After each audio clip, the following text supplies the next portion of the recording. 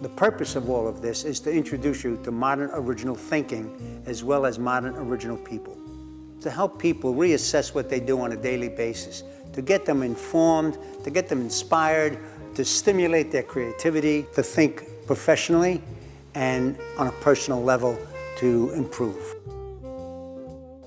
Richard, tell me a little bit about myself. I'm curious. I'm here as the cultural advisor to Stars Creations, who manufactures MOP, Modern Original Products for Modern Original People. I know that, we know that, you and I know who I am. A modern original person. And part of my job is to interview modern original people. So I started with myself. You know who I am. I know who you are. That's enough about me. Let's talk about myself. I'm 50 years in the beauty industry. I'm considered a creative person. What's different about creative thinkers? That's a brilliant question. What do creative thinkers think differently? I'm so glad I asked myself that question. In fact, I said to myself, self, what's different? Well, you have to go beyond the mechanics of hair and think more creatively. You know, it's like, painting, by the numbers, And then there's artistry where they just paint. And they never do it the same way twice. And they're not stuck with what people are expecting. People are expecting a perfection and don't realize the beauty of imperfection. And that's what I think creative people do and think. They are attracted to imperfections. And they're okay with it. Not only do they accept it, they embrace it. What are trends? And how do you spot a trend? The most important thing about trends is to start one. The one who starts the trend is the hero. Following trends and having an instinct for where things are going as opposed to where things are at is also important, and that is developed over time. What you read, what you see, who you run with, modern original people, people that are out there looking for new ideas, that's the person that usually starts the trend. And if you have your finger on the pulse, it's amazing, but architecture, music, art, fashion, beauty, there's a common denominator that'll run through it that picks up trends. And if you have your feelers out there and you are in those areas, going to museums, watching television, the internet, of course, you'll be able to feel something coming. And that's a gift in some ways, but that's where trends begin, and that's how trends continue, when you have a feeling and you can spot the trend. What's branding? Hear a lot about branding. Tell us a little bit about branding and how it works. So Richard, you're asking me about branding.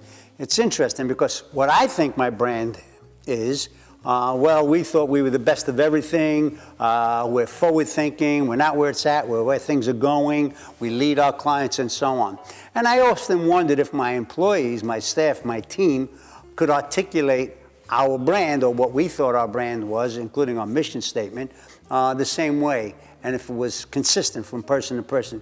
But truly, your brand is defined by your client. Your client's perception of you and your company and your team is really what your brand is about. They may be coming to you because it's convenient, the price is right, you do fabulous work, it's friendly, it's family friendly, whatever that might be, whatever the clients are saying about you and your company and the services you render, that's truly what your brand gets known for, and that becomes your brand. The fashion world changes season to season. Every season there's a change. How important is that in the beauty industry? How does change affect us? Change is critically important. If you're not a change agent, you become a dinosaur. If you get too complacent and not changing your clients up on a daily basis, that's very dangerous because it becomes boring. You get too complacent and all of a sudden you're not looking forward to going to work. You're not looking forward to doing what you do, whether it's hair color, management, styling, whatever that might be. So changing is important. And the big change that's going on in our industry, it's been so fragmented. You have barbershops who are killing it, man, in terms of trends and so on. There's a Brooklyn aesthetic where you can get a $14 haircut, and all of a sudden you're seeing that aesthetic in Paris. When you see a Brooklyn aesthetic being done in Paris, you know it's taken over. So change is important. You have the barbershops, you have the nail salons, you have massage parlors, you have color laboratories, calling them laboratories. So it's getting changed. It's not all anymore everything under one roof. So you have to be aware of those changes, and you've got to embrace some of those changes. And what do you do about all of that? You determine what you're best at and stick to that.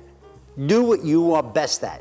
That is important. And keep it fresh, keep it new, and keep making the changes. They don't have to be drastic changes, but they have to keep step with the changing rhythms of fashion, the changing rhythms of the times.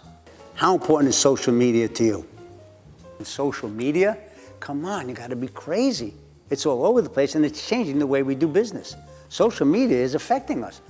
You have online tutorials, you have online advertising, you have the answer to every question that you could possibly dream of online. So social media has taken hold big time, and how it affects us on a daily basis is unbelievable.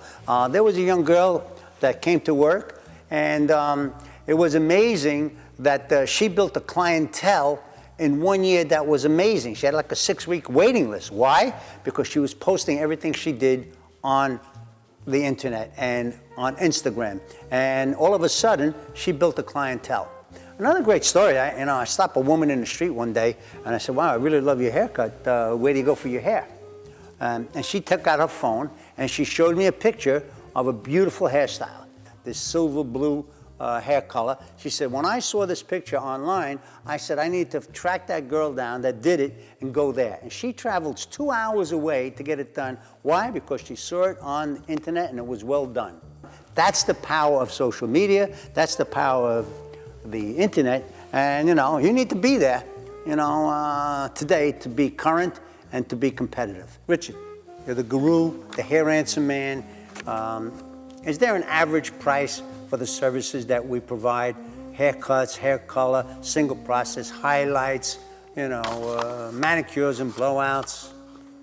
What's the pricing story? Pricing is all over the place. Clearly, there are people that charge $30 for a haircut, and then there are people that charge $1,200 for a haircut.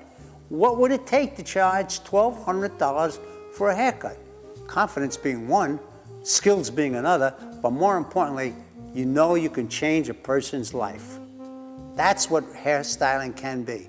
You can change a person's life. Is that worth $1,200? To some people, absolutely. Looking sharp, Richard. Feeling sharp, Richard. It's all about the style. Can you two please hurry it up? Who invited him? Great. Now I got to listen to me, myself, and I.